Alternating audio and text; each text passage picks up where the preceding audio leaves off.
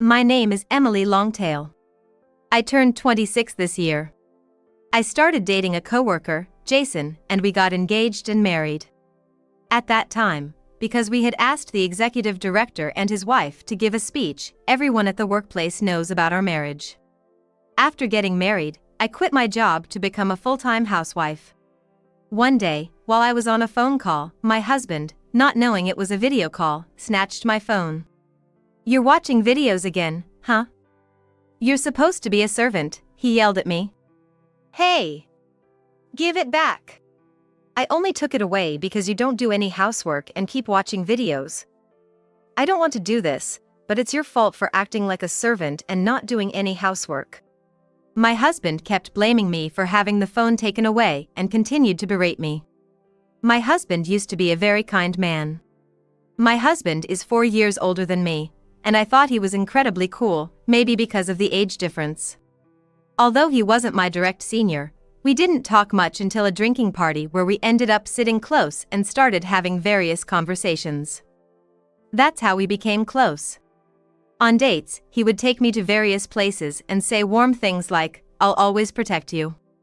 I decided to marry him, thinking I could be truly happy with him. However, after our marriage, my husband changed drastically. "Be grateful I made a woman who can't work a full-time housewife. You can't live without me, so just quietly do the housework, and you're a servant." I hear this almost every day. My husband has a good public image, so when we go out together, he acts like a perfect husband, but at home, he turns into someone who constantly berates me. When we're out, people often say things like, "You have a wonderful husband," or "You're an ideal couple." My husband seems to enjoy these comments, pretending to be modest, saying, "Not at all," or "I can't let my wife carry such heavy things." He would only carry my bags and play the good husband when we were outside. But when I get home, I always get scolded, "Be more friendly," or "Not being nice to the neighbors is a failure as a housewife. You can't do anything, neither your job nor housework." I get scolded for how I act outside, so no matter how kind he is when we're out, I'm always nervous. I live in fear, wondering what I'll be scolded for next when I get home. There was a time right after we got married when I fell seriously ill. I had a high fever and couldn't do any housework. When night came and my husband returned home, of course, there was no dinner prepared. I had told him I was sick, but by the evening it got worse, and I couldn't even inform him that I hadn't made dinner. "Dinner time, wake up!" My husband woke me up, and I felt a glimmer of happiness, thinking that although he had never cooked before, he might finally be showing kindness because I was feeling unwell. I said thanks and went to the living room, only to find nothing prepared. "Huh? Didn't you say it's dinner time?" "Yeah, that's why I'm waiting." "What?" "I meant it's time for you to make dinner, so wake up." I was heartbroken, having expected that he had made dinner, but he only woke me up to cook. The disappointment hurt even more because I had hoped for better. With a fever over 103 degrees Fahrenheit, my head was foggy, and I didn't have the energy to argue. So, I quietly made something with what was in the house. My husband hates takeout or pre-made meals, insisting on homemade food no matter how sick I am. I couldn't go shopping because of the high fever, but luckily, there were still some ingredients left in the fridge at that time. I made dinner while feeling dizzy, only to be scolded, "What is this meager meal?" I always say to prepare a well-rounded meal. Well, I'm kind today, so I'll let it slide.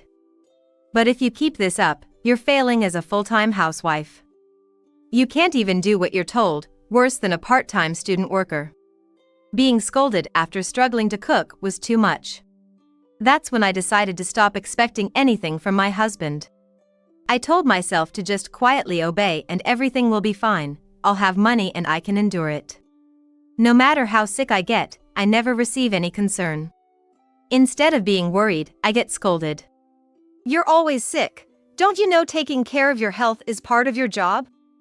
How do you even catch viruses when you're always at home? You overreact just for a fever." Even when I'm ill, I get blamed, and I still have to do all the housework as usual. So now, I don't even tell my husband when I'm feeling unwell. I often regret why I'm still with such a person, questioning my past choices. My husband had a crush on me even before I started liking him. At company parties, he would intentionally sit near me, as he later told me. My husband was the one who asked me to go out and proposed. Yet, he always talks down to me, saying he did me a favor by marrying me. I was already reaching my limit of being treated like a servant. Then, it happened when my phone was snatched away during a video call. The call was still connected after my husband took it. My husband thought I was watching videos, not realizing the conversation was being heard by someone else. Knowing my husband always pretends to be a good husband in public, he would be devastated to know others heard our conversation. I silently endured my husband's berating, thinking to myself how this entire conversation was being overheard. Once my husband calmed down, I said to my husband, "Anything else you want to say? Have you said it all? Look at the screen." I wasn't watching videos. My husband turned pale seeing the phone screen. "Jason, I heard everything," I said. The person on the video call, who was the executive couple. My husband has always lived pretending to be a good husband and a good boss, not letting anyone see his true nature. The fact that the executive couple, of all people, witnessed his true self must have been a shock. My husband, who had been loudly scolding me just moments ago, turned pale and stuttered, "Why, how?" He was speechless. "What happened? You were so loud with your wife just now. Why so quiet? Say something. I'm disappointed to see you change your behavior so much depending on who you're with." My husband became even more flustered after being told that by the executive. He looked around desperately, trying to think of something to say to the executive, knowing he needed to cover up the situation. Why is the executive calling? Why are you calling Emily? Why would someone like you call a regular employee like her?" My husband was in a panic. When the executive and his wife gave a speech at our wedding, my husband kept saying, "They agreed to give a speech for someone like you, a regular employee, all thanks to me."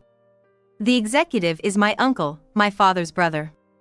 I finally revealed the truth I had kept from my husband. "What are you joking about? When they gave the speech, they even said, 'Nice to meet you.'" That's because the executive was hiding the fact that he's my uncle.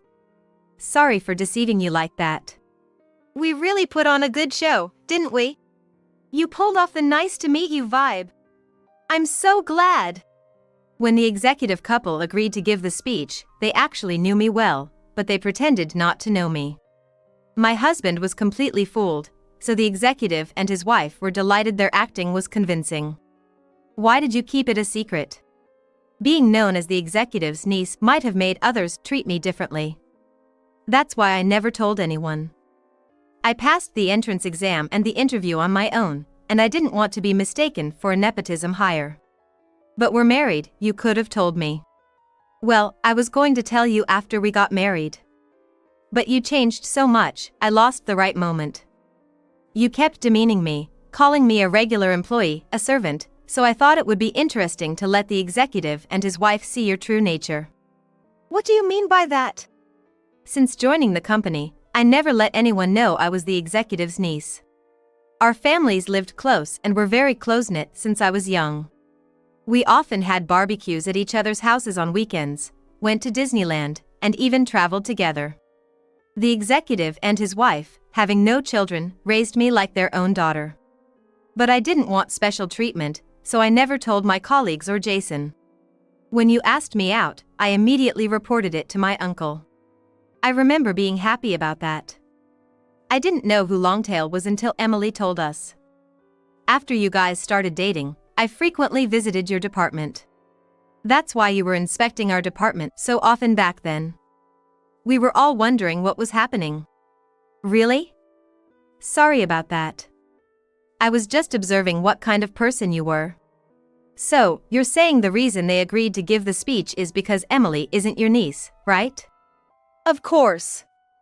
When I told Emily I wanted to give a speech, she opposed it, saying it would be suspicious for a regular employee to give a speech at a wedding. So, I decided to get closer to you, and when the wedding was approaching, I went to you and said, "If you're getting married, please let me give a speech." And as planned, you asked me to give the speech, And my dream came true. And all this time, I thought the exec was favoring me. I was mistaken thinking it was because Emily is your niece. My husband always proudly talked about how the executive director agreed to give a speech because he saw potential in him. I heard that story so many times, I could have grown calluses on my ears. I've been told countless times, thanks to me, the executive director is giving a speech. But now, knowing it was all a misunderstanding, he turned red with embarrassment. The executive and his wife didn't sit in the family section at the wedding, so their relationship with me remained a secret. But uncle, you almost gave it away at the wedding when you drunkenly called me Emily. I scolded him for drinking too much, but he said he had to drink to keep from crying, his wife added. My uncle drank so much at my wedding to hold back his tears that he got drunk. When he called me Emily, I was anxious, but luckily, my husband was busy chatting with his friend, so it didn't get exposed. Despite such close calls, I managed to keep my marriage going without my husband knowing about the executive couple. I had been consulting with them about my husband's drastic change after our marriage. I didn't want to worry my parents, so I confided in the executive couple instead. I'm always grateful for their presence, as there are things I can't discuss with my parents but can with them. I thought about how to show them my husband's true nature. Knowing how angry my husband gets about me watching videos, I purposely made a video call in the living room to show them his real side, and the plan worked as intended. I confessed everything to my husband. He was astounded that he had been tricked. I was nervous when he took my phone, thinking he might see the screen. But he was convinced I was watching a video, so we didn't get caught. I was so nervous too, worrying we'd get caught. Even though I knew Emily was wearing earphones so the sound wouldn't leak, we both froze up, making sure not to make any noise. You're sweet. Thank you for your help. With both of your cooperation, we could perfectly expose my husband's true nature. I had heard about it, but to actually hear Jason call Emily a servant. How can a man say such things to his wife? Even though it wasn't directed at me, just listening to it made me feel awful. Emily endures such terrible treatment every day. That was still the milder side. But sorry for making you feel bad. Usually, it's all day long like that. It's scary how he hides it and acts nice in public. No one at the company would ever think Jason could say such things. I'm sorry, she often slacks off on housework and watches videos, so I thought she was doing the same today. I was harsher than usual. Calling her a servant isn't my true feeling. It's just Emily exaggerating. We're usually very close. We do fight occasionally, but my husband desperately tried to salvage the situation. The executive couple knew about the terrible treatment I had received, so Jason's excuses were futile, but he seemed determined to maintain his facade, denying that he always says such horrible things to me. He was telling a far-fetched lie, but the executive seemed to find his desperation increasingly amusing and played along, knowing it was a lie. So, you were being strict out of love? Yes. Tough love. You love her, then? Of course. I wouldn't be so strict with a woman I don't care about. I just want her to become even more wonderful, so I guide her strictly as a husband. You only saw the angry part, but usually, we're very close and in love. My husband rattled off, pleased that the executive seemed to believe him. I couldn't believe how easily he spun such lies. But it was entertaining to see the executive teasing my husband. Then, the executive started asking Jason more probing questions. So, you use the word servant for the woman you love? It just slipped out. It's not common for someone to casually use the word servant unless they really think it. I've never called or even thought of my wife as a servant. You're right. And you also said, I made you a housewife because you couldn't work? I remember Emily being capable at her job. She had a good reputation in the company. Didn't you want her to be a housewife so she could take care of the home? Did Emily ask you to make her a housewife? Jason was at a loss for words under the executive's questioning. I never said I wanted to be a housewife.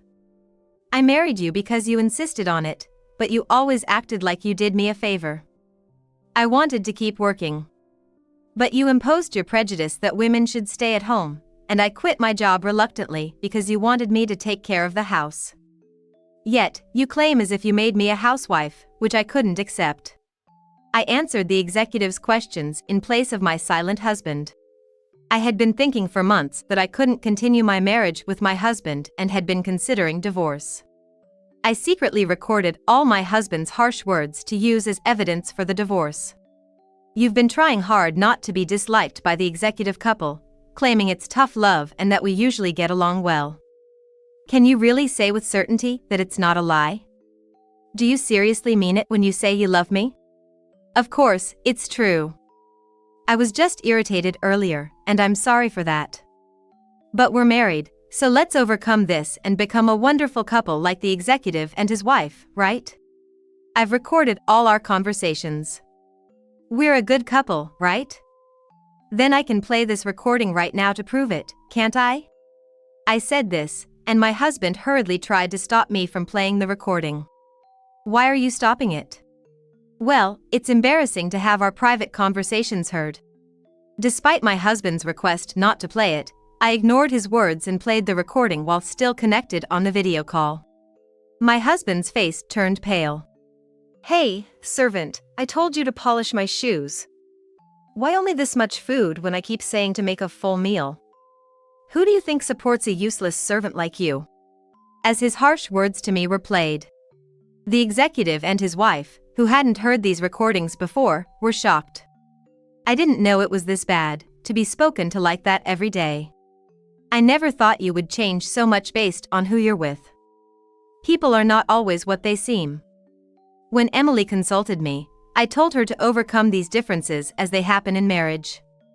But I never thought it would be this bad. I regret telling Emily to endure it. A man like you will always look down on women. It's your choice, but I want you to stop hurting my precious niece. Can you divorce her? The executive apologized to me for telling me to endure the situation.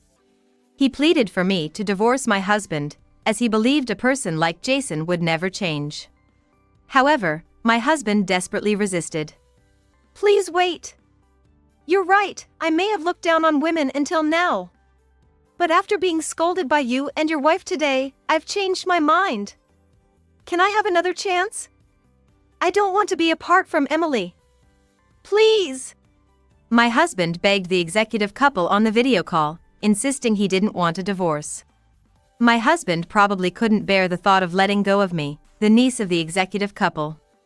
Marrying me was like grabbing an opportunity for career advancement. In fact, he was promoted after our marriage was decided. He was happy, thinking it was due to his abilities, but in reality, everyone was at the same level, so the executive recommended him. That's why my husband absolutely didn't want a divorce. But my mind was made up. I couldn't continue living like this and told my husband, I can't take it anymore. Being treated as a servant by you. I didn't marry you to become your maid. I wanted to be a good wife to you, so I became a full-time housewife. I even attended cooking classes to make you happy. But you never thanked me, and when I got sick, you scolded me for not managing myself. I appreciate that you work, but a housewife works tirelessly at home. Why should I be scolded for that? It's ridiculous, isn't it? Please, just let me go. I poured out everything I felt. I didn't realize I was pushing you that far. I'm really sorry. I'll fix my bad habits, and if Emily wants to work, she can. I'll also help with household chores. Let's start anew, okay? Jason proposed. What? Start over? That's impossible. Your personality will never change, and I've lost any love I had for you after being treated so terribly every day. I deserve praise for putting up with such a terrible man for so long. Let's get the divorce papers ready. I presented the divorce papers to my husband. It was the first time I had spoken to my husband in such a strong tone, and he was visibly disconcerted. My husband continued to resist for a while, but eventually, we agreed on a divorce. Later, I reported to the executive couple that we had divorced. Thanks for your help the other day. With your support, I finally freed myself from him. We didn't do much, but I'm glad we could help. You've really done well up until now. You were so cool when you stood up to him at the end. That's my niece. So proud of you. Oh, if you're okay with it, would you like to work with us again? I decided to return to work after being invited by the executive. Considering this situation, it was only a matter of time before my husband found out that I was the executive's niece, so the executive offered me the opportunity to return as his secretary. It turned out that the executive's current secretary had just decided to leave, and they were in need of someone to fill the position. Apparently, my work performance was well regarded within the company, and they assured me that I was not being offered the secretary position out of favoritism. I wasn't cut out to be a housewife. I enjoy working and interacting with different people. Thank you for the job offer. I'll do my best as your secretary. The fact that you are talented shouldn't be wasted. I expect great work from you as our new secretary. Meanwhile, my husband faced a significant demotion at work. Rumors had been circulating about his sloppy work and all talk, no action attitude. Although he looked competent and was articulate, his actions didn't match up. The upper management had been lenient with him because he was the executive's niece's husband, but things changed after the divorce, leading to his demotion. My husband repeatedly contacted me, begging for a reconsideration of the divorce. And he begged me to somehow stop his demotion. I have no intention of remarrying you, and I want nothing to do with you anymore. Also, I heard your demotion isn't because of the divorce. Isn't it your own doing? If you dislike the demotion, just do your job properly. I rejected him and then blocked all contact. For my proud husband, both the divorce and the demotion must have been humiliating. But it was his fault, and no one sympathized. Even when my in-laws, who had heard about the divorce, came all the way to our house to apologize, it seemed like they asked my husband about the fact that I was the executive director's niece. They came to request, "Could you please ask the executive director to at least stop the demotion?" However, I have no such authority, so their pleas only left me feeling troubled. In fact, his promotion was favored in the first place, so his current position is more or less appropriate. All I could say was for them to keep working hard. The executive accidentally revealed to a subordinate that my husband had been treating me like a servant, and the news spread quickly throughout the office. My husband was then branded as a man who mistreated the executive's niece and looked down on women, leading to a difficult time for him. Especially losing respect among female employees. Previously somewhat handsome and popular with female staff, he now found himself widely disliked. My husband was demoted and had to work under his juniors, which was frustrating for him. Meanwhile, I'm enjoying my days working hard as the executive secretary. It's far more fulfilling and enjoyable than my time as a full-time housewife. Despite my relation to the executive being revealed, my colleagues continued to treat me well, which made me happy. My husband had paid me a substantial alimony, so I planned a solo trip during the Christmas holidays. When I mentioned it to the executive couple, they suggested, "Let's go on an alimony trip with Emily's parents as well." Please don't call it an alimony trip. While engaging in such light-hearted conversation, I savored the happiness of being divorced. Finally freed from a life of servitude, I am now enjoying my freedom. I looked forward to enjoying my single life.